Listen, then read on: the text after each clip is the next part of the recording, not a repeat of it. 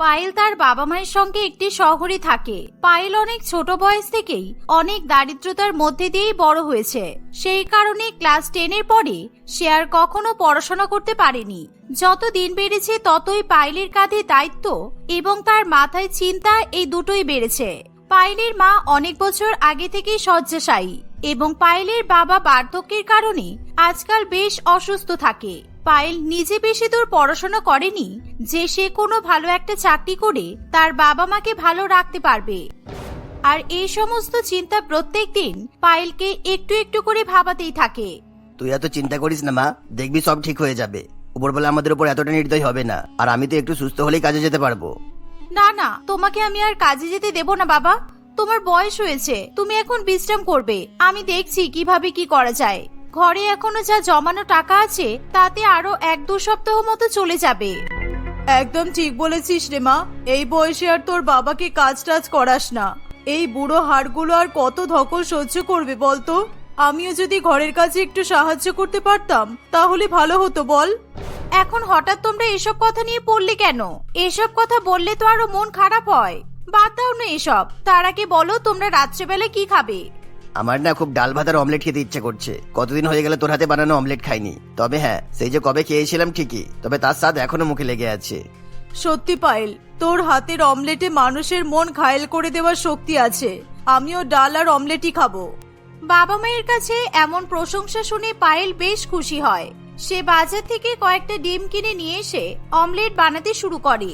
কিছুক্ষণ পরে সে অমলেট তার বাবা মাকে খেতে দেয়। বাবা মাকে এত তৃপ্তি করে তার হাতের বানানো অমলেট খেতে দেখে পায়েলের মাথায় একটা বুদ্ধি আসে। সে সিদ্ধান্ত নেয় পরের দিন থেকে সে শহরের সবচেয়ে জনবহুল এলাকায় পাউরুটি এবং অমলেট বিক্রি করবে। এই কথা সে তার বাবা মাকে জানালে তারা প্রথমে একটু আপত্তি করে, কিন্তু এছাড়া টাকা ইনকাম করার আর কোনো উপায় না পেয়ে তারা পায়েলের এই সিদ্ধান্ত মেনে নেয়। পরের দিন থেকেই পায়েল রাস্তার ধারে তার অমলেটের ছোট্ট ঠেলাগাড়ি নিয়ে বসতে শুরু করে দেয়। হঠাৎই সেখানে বেশ কয়েকজন ছেলে এবং একজন 30-40 বছর বয়সী মহিলা চলে আসে। এই, তুমি কাকে জিজ্ঞাসা করে এখানে বসেছো? তুমি জানো না এখানে বসতে গেলে ভাড়া দিতে হয়? আগে টাকা বের করো, তারপর এখানে গাড়ি লাগাবে। এই রাস্তাটি কি তোমাদের কারোর বাবা তৈরি করেছিল? না, মানে আমি যতদূর জানি এই রাস্তাগুলো তো অনেক আগেই তৈরি, তাই একেবারে বাবার কথাই জিজ্ঞাসা করলাম। নয়তো তোমাদের হাবভাব দেখে মনে হচ্ছে রাস্তাটা যেন তোমরাই বানিয়েছো। তুমি কার সাথে কথা বলছো জানো? আমি চাইলেই এক্ষুনি তোমার এই ঠেলাগাড়ি সারা জীবনের মতো এই রাস্তায় নিয়ে বসা বন্ধ করে দিতে পারি। আমি সত্যিই জানতাম না আমাদের রাজ্যের মুখ্যমন্ত্রী এভাবে রাস্তায় রাস্তায় ঘুরে বেড়ায়। আমি বুঝতে পারিনি, আমাকে ক্ষমা করে দিন ম্যাডাম। বিশ্বাস করুন, আমি তো আপনাকেই ভোট দিই। আমার কথা শুনে তোমার মনে হচ্ছে যে আমি ইয়ার্কি করছি? সোজাসুজি বলছি, এখানে বসতে হলে প্রত্যেক মাসে আমাকে 2000 করে টাকা দিতে হবে, আর এই মাসে অগ্রিমটা এখনই দিতে হবে। তুমি তাহলে এখানে দাঁড়িয়ে আমাকে 4000 টাকা ডিমের অমলেট বিক্রি করার বন্দোবস্ত করিয়ে দাও। 2000 টাকা আমি বাড়ি নিয়ে যাব আর 2000 টাকা তোমাকে দিয়ে যাব, চলবে তো? পায়েলের এক একটা কথার উত্তর শুনে আশেপাশের লোকজন হো হো করে হাসতে থাকে। চুমকি চেয়েও আর পায়েলকে কিছু বলতে পারে না। আশেপাশের লোকজন সবাই পায়েলের কথার প্রশংসা করতে থাকে। অবস্থা বেগতিক দেখে রুমকি তার দলবল নিয়ে রাগ করে সেখান থেকে চলে যায়।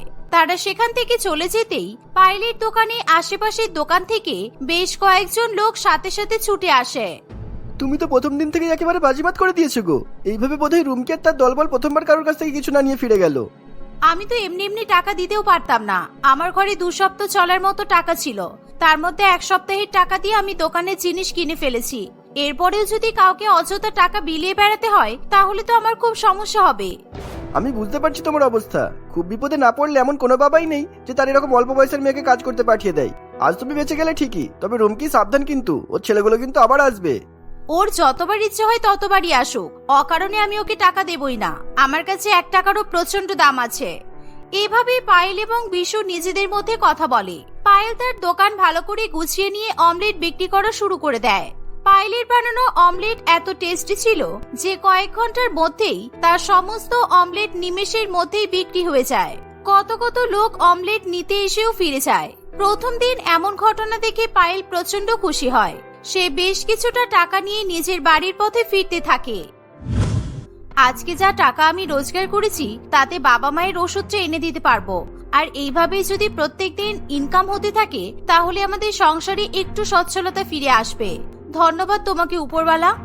এই সমস্ত কথা ভাবতে ভাবতে পায়েল নিজের পথে হাঁটছে। এমন সময় রুমকি এবং তার দলবলের লোকজন পায়েলের রাস্তা ঘিরে দাঁড়ায়।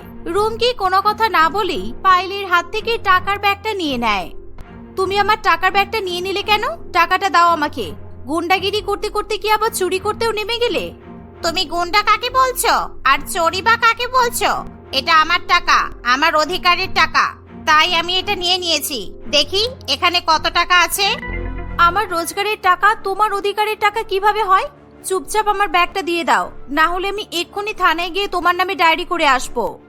এই অমলেটওয়ালি, ওসব ধমকি অন্য কোথাও দেবে। আমাদের রুমকি দিদি কাউকে ভয় পায় না, বরং থানার বড় বড় ইন্সপেক্টরই রুমকি দিদিকে ভয় পায়। সে তোমাদের রুমকি দিদিকে যে মেকআপ ছাড়া দেখবে সেই ভয় পাবে। যদিও আজকে মেকআপ করে আছে বলে আমি অতটা ভয় পাচ্ছি না। এই কথা শুনে রুমকি ভীষণ রেগে যায়। পায়েল বারবার তার টাকার ব্যাগটা চাইলেও রুমকি কিছুতেই তাকে ব্যাগটা ফিরিয়ে দেয় না। ব্যাগের মধ্যে থাকা 1200 টাকা রুমকি বের করে নেয়। এখানে 1200 টাকা আছে আর এই মাসের ভাড়া 2000 টাকা। কালকের মধ্যে আরো 800 টাকা তুমি আমাকে দিয়ে যাবে, তা না হলে তোমার এই ঠেলা গাড়ি আমি ওখান থেকে তুলেই ছাড়বো। এই বলে রুমকি পায়েলের সমস্ত টাকা নিয়ে সেখান থেকে চলে যায়। পায়েল হতাশ হয়ে সেখানে দাঁড়িয়ে দাঁড়িয়ে কাঁদতে থাকে। বেশ কিছুক্ষণ পরে সে খালি হাতে আবার তার বাড়িতে ফিরে আসে। তার মুখ চোখ এমন শুকনো এবং দুঃখে ভরা দেখে তার বাবা মা দুজনেই বেশ ভয় পেয়ে যায়। বাবা মাকে ভয় পেতে দেখে পায়েল তাদেরকে সত্যি কথা কিছু বলে না। সেদিন রুমকির কাছে আর কোনো টাকা ছিল না যে সে পরের দিনের অমলেটের ঠেলা লাগানোর জন্য ডিম কিংবা পাউরুটি কিনতে পারবে। আজকে রোজগার ভালো হয়নি নাকি? তুই এত হাসি খুশি মুখ নিয়ে গেলি আর এরকম হতাশ হয়ে ফিরে এলি যে?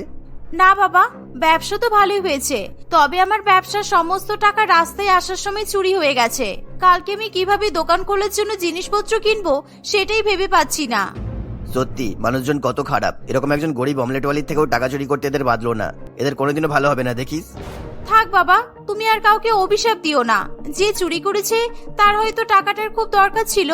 ডিম অমলেট বিক্রি করে যেমন আমার পেশা, চুরি করাটাও হয়তো তার কারোর কারোর পেশা। নেশা বটে। আর আমি তো আপাতত একটু সুস্থ আছি। কাল থেকে ভাবছি তোর সাথে দোকানে যাব। আমরা দুজনে থাকলে টাকা পয়সা চুরি হওয়ার সমস্যাটা কমবে। সর্বনাশ করেছে। বাবা যদি কালকে আমার সঙ্গে গিয়ে দেখে আমার রুমকির সঙ্গে এরকম ঝামেলা হয়েছে তাহলে তো বাবা ভয় পেয়ে যাবে। আমাকে আর কোনোদিনও অমলেটও বিক্রি করতে যেতে দেবে না। কিরে, তোর বাবা কি বললো শুনতে পেলি? কাল থেকে বাবাকে নিয়ে যাস, অত দূরে একা একা অমলেট বিক্রি করতে যেতে হবে না। না না, বাবাকে নিয়ে গেলে তো হবে না। আমরা দুজনে বাড়ির বাইরে থাকলে তোমার খেয়াল কে রাখবে? আর তার থেকেও বড় কথা, কাল তো আমি দোকান খুলতেই পারবো না, আমার কাছে তো কোনো টাকাই নেই। এই বলে পায়েল নিজের ঘরে চলে যায়। তাকে এরকম চিন্তিত দেখে তার বাবাও ভীষণ দুশ্চিন্তায় পড়ে।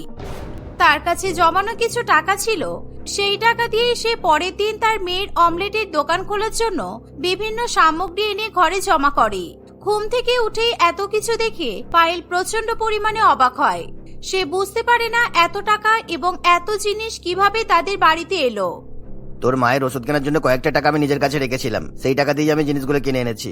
তুই শান্তি করে দোকান খোল। প্রত্যেকদিন লোককে তোর হাতে টেস্টি অমলেট না খাওয়ালে ফেমাস হবে কিভাবে? তাই বলে মায়ের ওষুধের টাকা দিয়ে দিলে?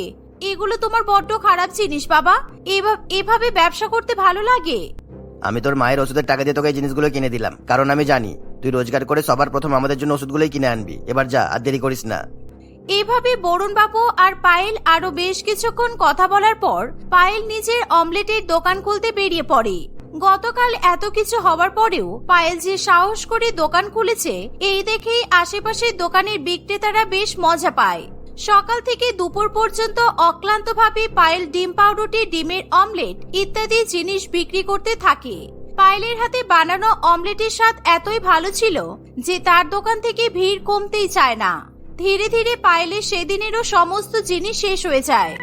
আগের দিন তো তোমার সব টাকা রুমকে আর ওর ছেলেরা এসে নিয়ে চলে গিয়েছিল শুনলাম। আজও যদি নিয়ে চলে যাই তাহলে কি হবে? ও আমার থেকে আর মাত্র 800 টাকা পাবে। সেটা নিয়ে নিলেও আমার কাছে আরো 300-400 টাকা মতো থাকবে। ওই টাকা দিয়ে আমি আমার বাবা মায়ের ওষুধ কিনে নেব। তার মানে কাল তুমি দোকান খুলবে না? দোকান খোলার মতো বা জিনিস কেনার মতো কোনো টাকাই তো তোমার কাছে থাকবে না মনে হয়। আজকে আমার দোকানের জিনিসপত্র কেনার জন্য বাবা আমার মায়ের জমানো ওষুধের টাকা খরচ করে ফেলেছে, তাই আজকে আমি আগে ওষুধটাই কিনবো। পায়েলের কথা শুনে বিশুর খুব খারাপ লাগে। সে পায়েলকে কিছু টাকা ধার দিতে চাইলেও পায়েল নিতে অস্বীকার করে। এমন সময় হঠাৎ করে দোকানের সামনে বেশ লোকজনের দৌড়াদৌড়ি শুরু হয়ে যায়। পায়েল কিছুই বুঝে উঠতে পারে না হঠাৎ এমন কি হলো। তারা অনেকজনকে জিজ্ঞাসা করলেও কেউ সঠিকভাবে উত্তর দিতে পারে না। শেষ পর্যন্ত তারা দেখতে পায় রুমকিকে বেশ কয়েকজন লোকজন তাড়া করেছে এবং সে ছুটতে ছুটতে পায়েলের দোকানের দিকেই আসছে। তারা কেউ কিছু বুঝে উঠতে পারে না ব্যাপারটা আসলে কি ঘটছে। এই মেয়ে, প্লিজ তুমি আমাকে বাঁচাও, নয়তো ওরা আমাকে মেরে ফেলবে। প্লিজ তুমি আমাকে সাহায্য করো। কিন্তু হয়েছেটা কি সেটা তো বলো, আর কেনই বা ওরা তোমাকে তাড়া করছে? আমি পাশের বাজারে প্রত্যেকটা ঠেলাগাড়ি থেকে ভাড়া নিতে গিয়েছিলাম, আর সেখানকার বিজনেস ইউনিয়নের লোকজন সবাই আমাকে ঘিরে ধরেছে। আমার ছেলেরা ওই ভয়তেই পালিয়ে গেছে। আমি কোনো রকমে দৌড়াতে দৌড়াতে এখানে এসেছি। পায়েল ওই বিজনেস ইউনিয়নের লোকেদের সঙ্গে যথেষ্ট ভদ্রভাবে এবং সুন্দরভাবে গুছিয়ে কথা বলে, যাতে তারা রুমকির ওপর আর কোনোভাবেই রাগ করে না থাকে। পায়েলের কথায় সেই সমস্ত লোকগুলো সেখান থেকে চলে যেতেই রুমকি পায়েলকে বারবার করে ধন্যবাদ বলতে থাকে। ভাগ্যিস আজকে আমি এখানে এসেছিলাম, এমন কিছু কাল হলে তো আমি তোমাকে বাঁচাতেই পারতাম না। আর হ্যাঁ, এই নাও তোমার 800 টাকা। কাল থেকে তো আমি আর এখানে বসবো না, তাই আজকেই দিয়ে দিলাম। বসবে না মানে? তুমি না বসলে এভাবে আমার পাশে দাঁড়িয়ে আমাকে সাহায্য কে করবে? আমার ছেলেগুলো যে কত ভালো সেগুলো তো আজকে আমি বুঝতেই পেরে গেলাম। আর তোমাকে কোনো টাকা দিতে হবে না। আজ থেকে এই বাজারের কাউকে আর কোনো টাকা দিতে হবে না। তোমরা সবাই নিশ্চিন্তে ব্যবসা করো। তবে হ্যাঁ, তোমার দোকান থেকে কিন্তু প্রত্যেকদিন আমাকে একটা করে অমলেট খাওয়াতেই হবে। রুমকির এই কথা শুনে পায়েল আনন্দে নিজের চোখের জল ধরে রাখতে পারে না। সে রুমকিকে কথা দেয় যে রুমকি যা বলেছে সেটাই হবে। এভাবেই গরিব অমলেটওয়ালি সুখে শান্তিতে শহরের সবচেয়ে জনবহুল বাজারে তার হাতের বানানো সুস্বাদু অমলেট বিক্রি করতে থাকে। দেখতে দেখতে তার অমলেটের ঠেলা থেকে নতুন অমলেটের দোকানও তৈরি হয়ে যায়। পায়েল একা হাতে সবকিছু সামলে নিজের এবং তার বাবা মায়ের খেয়াল রাখে। আর রুমকির কারণেই তাদের বাজারে সবার ভাড়া দেওয়া বন্ধ হয়ে যাওয়ায় বাজারেও রুমকিকে সবাই প্রচন্ড আগলে আগলে রাখে।